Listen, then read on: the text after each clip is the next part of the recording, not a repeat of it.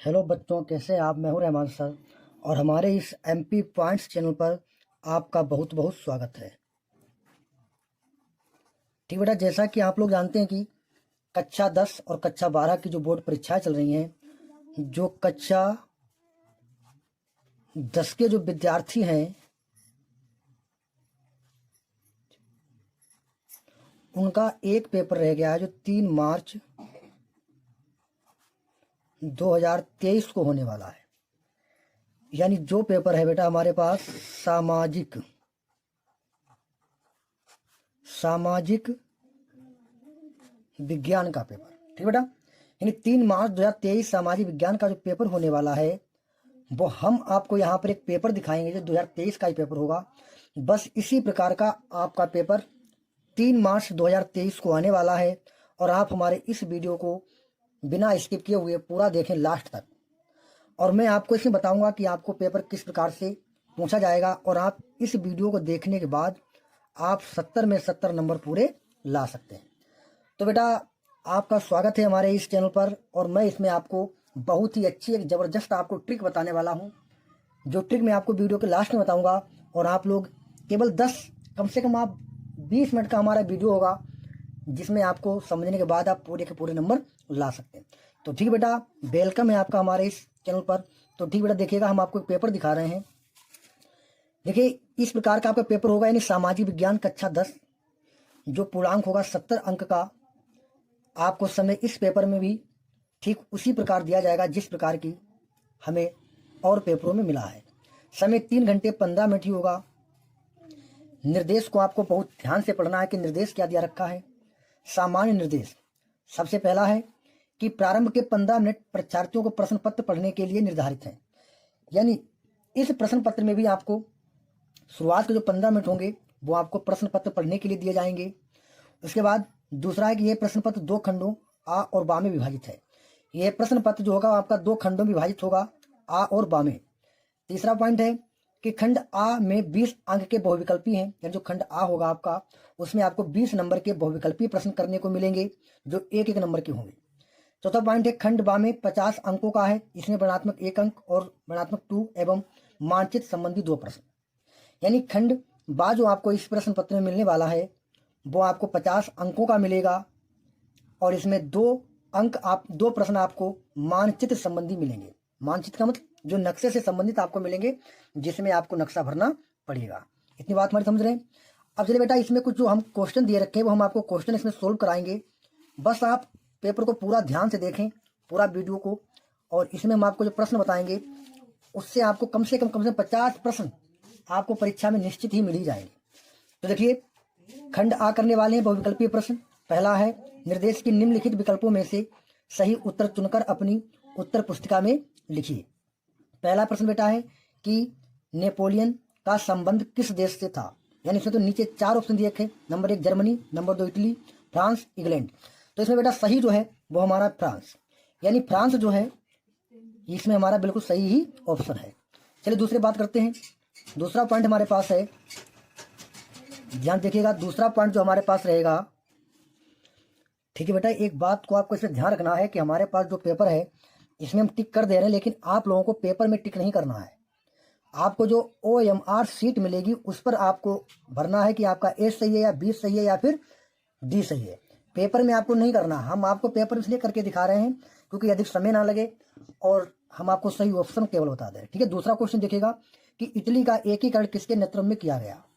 तो पहला ऑप्शन जो इसका सही है जिउसेप्पे गैरिबाल्डी, और यही ऑप्शन आपका सही भी है। ठीक है, बाकी 3 ऑप्शन आपके सही नहीं है। ठीक है बेटा, अब बात करते हैं तीसरे प्रश्न की।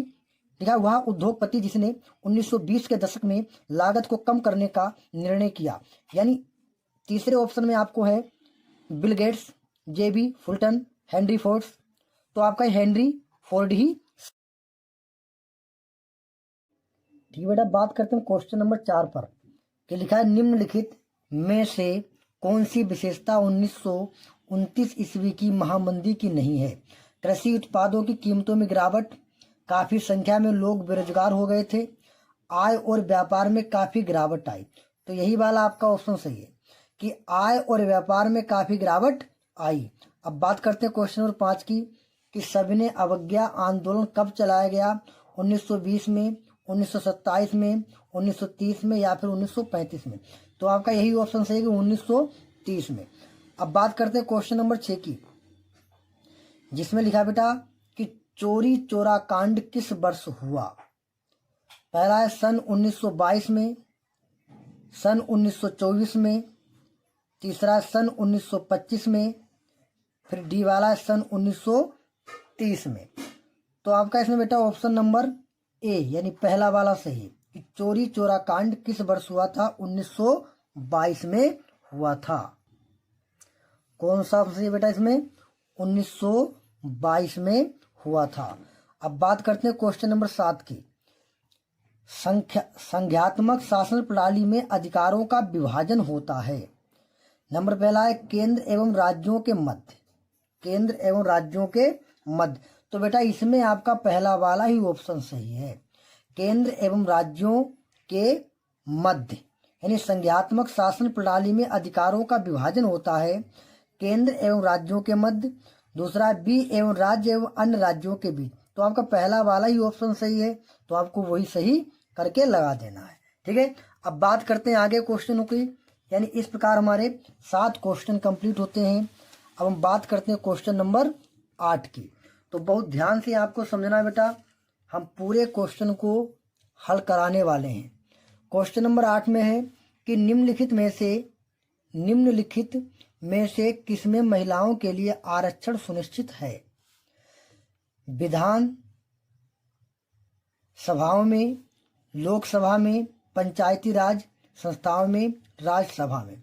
तो इसमें भी आपका जो ऑप्शन सही बेटा है वो है आपका सी वाला, पंचायती राज सभा में।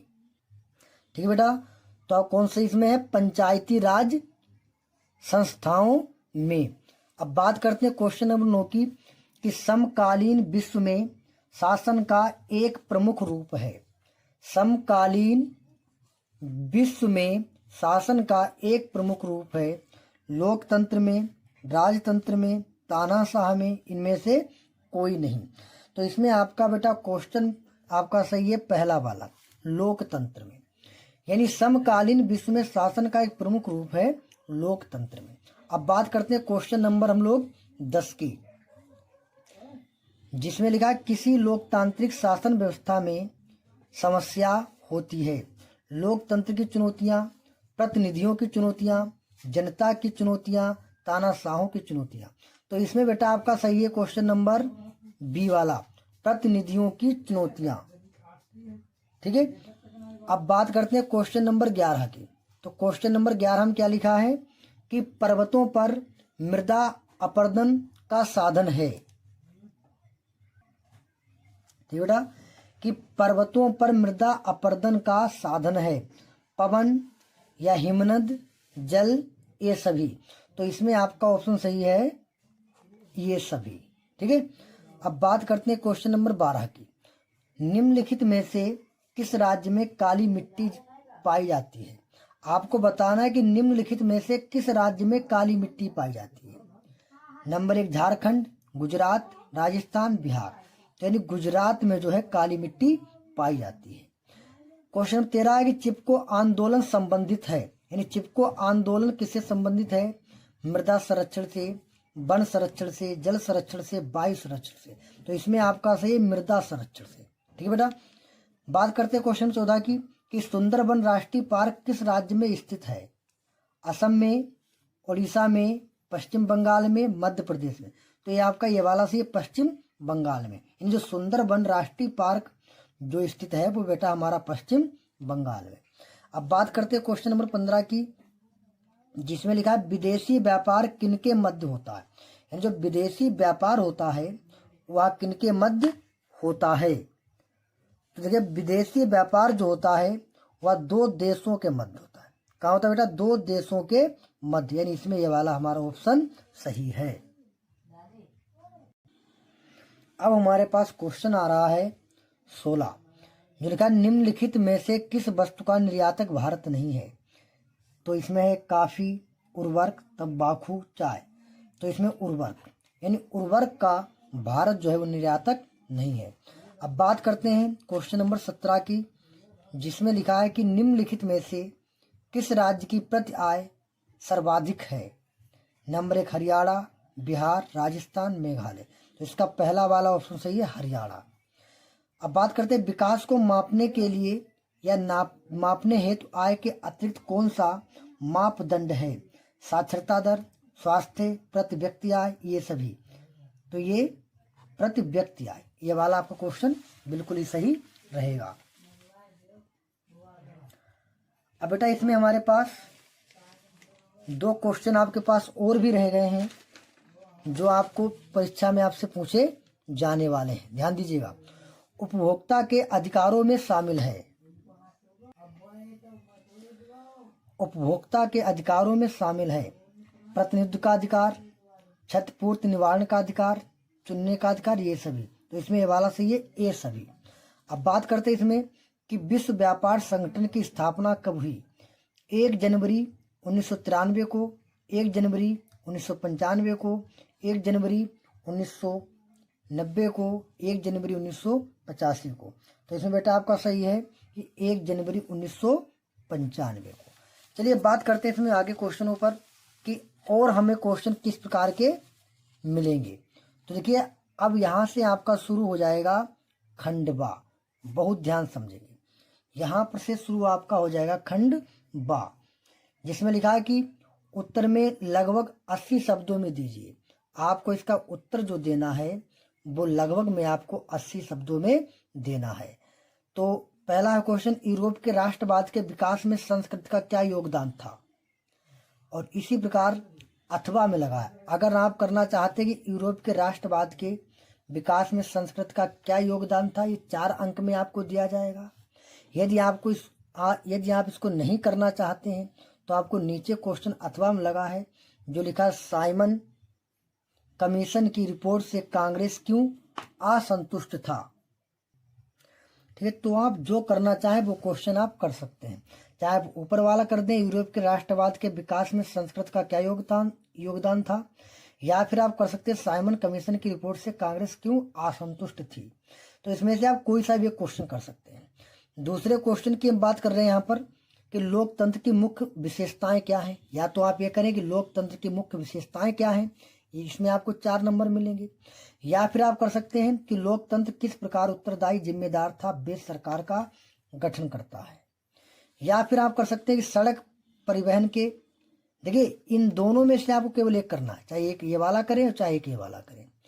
अब बात करते हैं नंबर 3 में, सड़क परिवहन के कोई 3 गुण लिखे, यानी सड़क परिवहन के कोई 3 गुण लिखने हैं आपको, जिसमें आपको 4 नंबर मिलेंगे।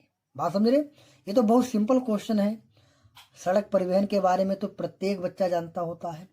अब आप चाहे ये करें, अगर आप ऊपर वाला नहीं करना चाहते हैं तो लिखा भारत में लौह अयस्क के उत्पादन पर संक्षेप में लिखिए। आप ये वाला क्वेश्चन कर सकते हैं।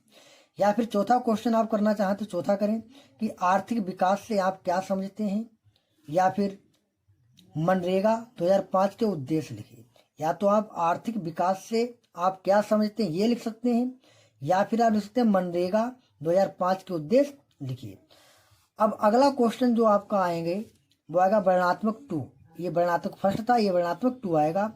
ये आपको उत्तर देना लगभग में 150 शब्दों में। शब्द का मतलब जानते हैं, जैसे हमने कह दिया कि गुण, तो गुण में 2 शब्द हो गए। इसी प्रकार आपको लगभग में 150 शब्दों में आपको इस प्रश्न का उत्तर देना है। चाहे पहला ये वाला करें, असहयोग आंदोलन क्यों प्रारंभ किया गया, आंदोलनकारियों के 4 कार्य लिखिए। या फिर इसके नीचे वाला, गांधी जी ने असहयोग आंदोलन क्यों प्रारंभ किया, फिर किस कार्य ये आंदोलन वापस ले लिया। इतनी बात हमारी समझ रहे कि नहीं समझ रहे। चाहे आप ऊपर 5 वाला ये वाला करें, चाहे ये वाला करें। इसी प्रकार आगे जो आपको पेपर मिलने वाला है वो इसी प्रकार का होगा, जिसमें लिखा है कि संघवाद क्या है, भारतीय। ठीक, इसमें से भी मतलब प्रत्येक प्रश्न में आपको अथवा में लगा होगा। अब जो आपका पॉइंट आएगा मानचित्र संबंधी प्रश्न, इसमें आपको जो मानचित्र संबंधी प्रश्न होंगे इसमें भी आपको प्रश्न करने हैं जो लगभग में आधे आधे नंबर मिलाकर के आपको नंबर मिलने वाले हैं। तो इस प्रकार आपका पूरा प्रश्न कंप्लीट हो जाएगा। तो ठीक है बेटा, हम इसका एक और वीडियो बनाएंगे इसके बाद, उसको आपको बहुत ही आसानी से देख लेना है, उसमें हम आपको ट्रिक बताएंगे। ठीक है बेटा, तो मिलते हैं अगले वीडियो में, तब तक के लिए जय हिंद जय भारत।